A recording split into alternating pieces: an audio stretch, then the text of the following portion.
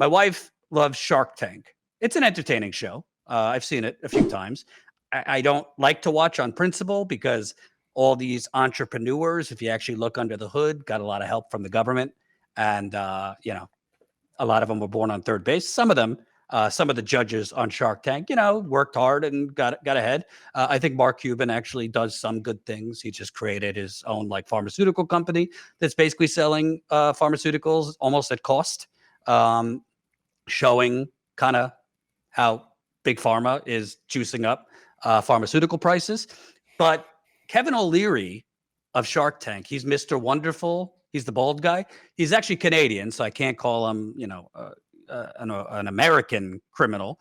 But Kevin O'Leary is out now basically calling it immoral to cancel student loan debt, which I found interesting because all these people that are constantly ranting about a free lunch for the workers, for the proletariat, they're never challenged on the fact that they are grabbing at the government's teeth whenever they can.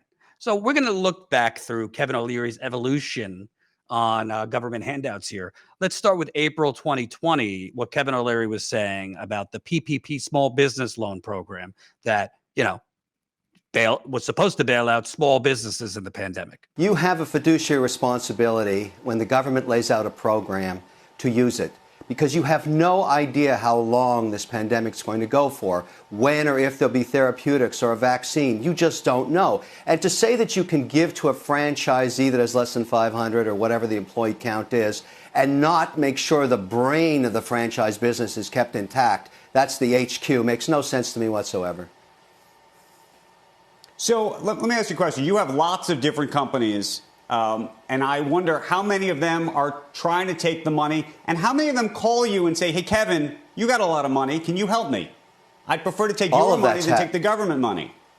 Yes, all of that's happening. First of all, the government money, and you've got to understand the unintended consequence of what that bill said. When it was signed a couple of Fridays ago when we read it, it was clear to me that the government asked you to take a snapshot of your payroll Feb 15th and another snapshot of your payroll on June 30, and if they're both the same or the June 30 number's higher, that loan can be forgiven.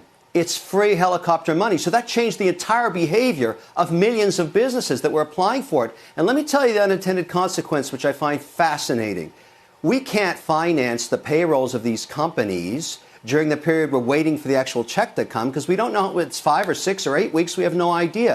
Bottom line, he said you have a fiduciary duty if you're a CEO, big business, to try to get that PPP money.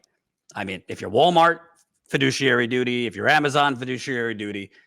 You would be basically screwing your shareholders if you didn't try to get that money. Okay, let's now play August 2020. Still real bad in the pandemic. August 2020. What his views after he said you got to go for that PPP program. When we started this PPP program months and months and months ago, there was a lot we didn't know that we know now. And the American economy is going through a revolution, a digital transformation. There are going to be many, many winners and many, many losers. And at the end of the day, the one thing John and I can agree on is during this transition, we're going to displace a lot of employees, a lot of workers. We should support them, but let the actual change, this dynamic change occur, happen on its own and let the market be the market. I am, as you know, a huge advocate of small business. I have over 50 companies, small businesses that are private I've invested in. At least 20 to 25% of them are going to fail because the world has changed on them. Consumers have changed. The way they buy things have changed. Where they go has changed. And we don't yet know what the world looks like on the other side of this pandemic. Assuming it's going back to what it was is an incorrect assumption because many things are going to be more efficient. And we can't pick the winners and losers anymore. That's what's changed in my mind over the last 5 months. I am a huge advocate for giving somewhere between $400 and $450 to employees, extending the unemployment, and then letting the market do price discovery on what it should fund and what it shouldn't. There's so many businesses that got money in the first PPP that shouldn't have got it at all because they are essentially zombie companies. They will never be successful. They will never be liquid. The world has changed on them. Why should I, as a taxpayer, fund that? Why not let the private markets come and support those that deserve it and let the others die as they do and should, because those assets will go through bankruptcy and be redeployed efficiently. I don't want to spend any more money guessing on winners and losers because Congress can't. There's nobody that can. Only the market can. And John knows that, and he has to admit that no one can pick winners and losers. Why should taxpayers be forced into these crammed down fundings? Makes no sense at all to me. And I'm an advocate for small business. John, your response? I'm speechless. First of all, I have enormous respect for Kevin and what he's accomplished. I find it interesting. I wasn't going to mention it, but 10% of the businesses that he started got PPP. I mean, 5 of his own companies 3 months ago got PPP loans. You can't just say we want affirmative action for rich people and everybody else is on your own. That is not the way it works. You can't. We are rearranging the deck chairs of the Titanic here. My favorite part of that is when, sorry, I forgot his name, but when the other guest is basically calling him a fucking, greedy, hypocritical asshole, being diplomatic about it. Yeah, I highly respect you, but you got your money and now you're calling for the end of this program? His face is like a lizard. It doesn't move. No shame, no nothing. Kevin O'Leary. Okay, so we've established he got his money, 10% of his companies.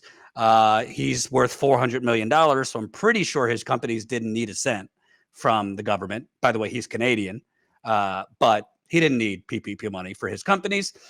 Colin, let's play the next clip where he's giving us more of a fucking lecture on, the digital, everything's moving to digital, blah, blah, blah, blah, blah. A lot of cash sitting around because I've been exiting other sectors. Where do I put it? I'm putting it back into Microsoft, putting it back into Facebook. Why? That's what's working. Not just for the momentum, if you want to invest on that basis. I don't. That's where money is being spent in this digital pivot. I can now say I've got enough focus now after all these months. So he's taking the money that he stole from actual small businesses that should have got that money, and he's investing it in Apple, Amazon, whatever. You see how that works? Kevin O'Leary, and it's not just him, by the way. This PPP program was it was a bank robbery. And a lot of corporations and scum like Kevin O'Leary from Shark Tank, literal sharks, stole that money. And it should have went to mom and pop businesses like my parents own a jewelry store. They got PPP money, but boy, were they fucking means tested. And, it was a real struggle to get that money. And they didn't even get the maximum of what they should have gotten. The list goes on, mom and pop, small restaurants, et cetera, et cetera. Kevin O'Leary basically stole that money because he's connected and, a multimillionaire. Now, Steve, I see your face about to drop. So wait for this clip. Now, Kevin O'Leary, who stole money from small businesses, then is morally preening on, let the free market decide. Apparently, he's got strong thoughts about potential student debt cancellation, which isn't even going to happen. We're going to get a means-tested $10,000 of cancellation. Let's take a look at what he thinks of that. And what do you think about the plan for student loan forgiveness? Becky, I'm trying to find merit in this proposed policy, and I can't. This is policy born in hell, and I'll tell you why. Nobody wins. What do you say to people for generations now that have realized, like everybody does, that education is not a right, it's a privilege? You make a decision as a young adult to pursue an education for a wide range of reasons, including advancing yourself in your career and your salary, et cetera, and that's proven to work. But you take on responsibilities, including student debt. So what do you tell people generations past that have actually paid back their debt? How about the people that are working so hard to get scholarships to excel? What do you tell them? Don't bother, it's free. How about the people that never had the opportunity to go to college? About 12% of the population has student debt. The other 88% have to pay for them. And then think about the politics of this. And this is what I find so extraordinary. Average salary in America, $58,000, depending on regions. You're telling these people this is a big problem. Meanwhile, you can't fill up your car. Chicken costs 48% more. And this is at the top of the agenda for the president. Can you imagine? This is manna from heaven for the Republican Party. I don't want anyone to vomit. I don't want anyone to get violent. I'm there. It's too late, man. But too late. Hey, we talk a lot about the media, the marketing and branding for Shark Tank on ABC, which is an entertaining show. He's kind of the villain of the show, but they make these folks out to be, entrepreneurs. They did it the American way, the American dream. They worked hard and got ahead. That's just one example. I'm sure if I looked hard enough, we'd find all sorts of government handouts Mr. Wonderful has gotten. What are your thoughts? Because apparently he's got a different standard for who should get government help and who shouldn't. I'm literally ready to vomit. I'm enraged. I'm not just enraged at him, but there's an individual who is promoting some of the most psychotic economics, non-economics, fraud economics, which is what we're spending our entire lives trying to destroy. And this nonsense of the private Federal Reserve and its taxpayer dollars and all this other crap. I'm telling you right now, there is no more ridiculous, stupid concept than the idea that they're spending taxpayer dollars. Okay. First things first, taxes. I swear to God, I'm telling you, I have to keep my eyes off the screen so I don't see these moronic comments from this one individual. But the fact is that taxes literally do not pay for spending. Those taxes are literally brought in, they're deleted, and that's it. That's done. They're done. You're not wasting anyone's tax dollars. Okay. We're not getting nearly enough services for the amount of tax that we are paying. Okay. And so when this jackass, both in the comments and this idiot O'Leary, when these kinds of people sit there and try to put this taxpayer thing up, this is what Margaret Thatcher, fucking the worst of the neoliberals, which is like the guy in the comments that's talking about it is taxpayer dollars. Fuck you. That's not true at all. Okay. That's number one. Number two, it's like Ronald Reagan. There is no public money. There's only taxpayer dollars. Another fuck you, right? That right there. These are the sick, perverse neoliberal trailer trash piles of shit that fucking send me off. Literally, of all the things I'd be willing to lay my life down for is to take that shit out. I'm not joking. I'm willing to go down for the cause. I'm willing to take one for that one.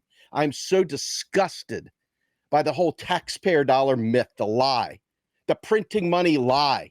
And this jackass is up there taking printed money, as he would say, loser, taking money from these public-private partnership loans, these PPP loans, okay? And literally trying to then tell you that you're stealing from taxpayers. Number one, can you imagine a person that has been in chattel slavery for however their whole life, and then all of a sudden someone comes through and tells them, we're going to end chattel slavery. Can you imagine that person going, oh, well, how come I had to serve 20 years a slave? Why are they able to not be a slave now? Hell no. We got to keep chattel slavery intact because, after all, someone else was beaten with a whip. Why shouldn't everybody should be beaten with a whip? We should never get rid of it. It's such bullshit. I despise the sick, right-wing, disgusting, disgraceful, psychotic economic lie that is constant. I'm serious. This is the thing that bakes my bread, fucking pisses me off to no extent. You're seeing Steve explode right now. The idea, first things first, the federal government, Article 1, Section 8 of your U.S. Constitution gave the power of the purse to the fucking Congress, okay? That means the power to tax and the power to spend. The public purpose, period. The United States government, its Congress, went ahead in 1913 and wrote a bill farming out creating a central bank, the Federal Reserve. Some loopy fucking lizard brains can't get over this shit. The entire Federal Reserve is nothing more than a goddamn spreadsheet with a bunch of polished up people with ties and shit that make you feel good as they say they're going to jack interest rates up. They control interest rates. They control interbanking dollars. They control the reserves that travel from bank to bank. They don't lend that shit out. Reserves never make it to the public place. But the United States government gave banks charters. Banks are operating with a U.S. government legal document, a charter to operate. If those banks don't follow those rules, we are supposed to have an apparatus that controls Wall Street and stops the bad shit that they do. We don't. Why? Because we've underfunded it. Why? Because sick, disgusting people want a government small enough that you can drown it in a bathtub.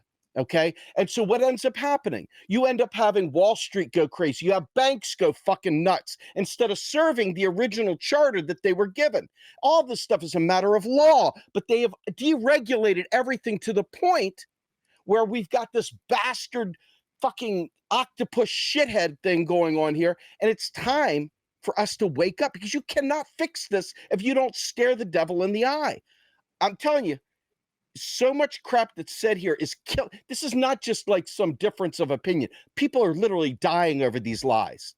If you think about our healthcare, why don't we have healthcare? We don't have healthcare because some asshole thinks that it's taxpayer dollars his taxpayer dollars are gonna pay for your abortion. So no, we got to do away with everything because some dickhead thinks that we're going to go ahead and spend taxpayer dollars. This whole concept has got to be done. We got to get rid of it. No more of this federal taxpayer dollars shit. It's killing you. It's killing our kids. It's killing our fucking planet.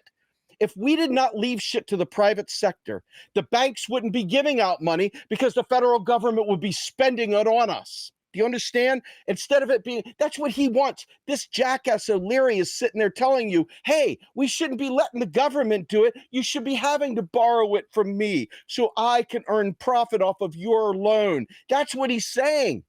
Do you understand? There's an alternative. The federal government can spend this stuff on us, instead of it constantly being on the military industrial complex, instead of it being these PPP loans, these fucking jackbooted thugs, these capitalist pigs. I'm telling you right now, folks, this is the most important subject you can ever learn. It's more important than anything because it is the key to the Green New Deal. It's a key to your Medicare for all. It's a key to everything. Climate change, fixing the shit. It's a key to solving poverty. It's the key, period.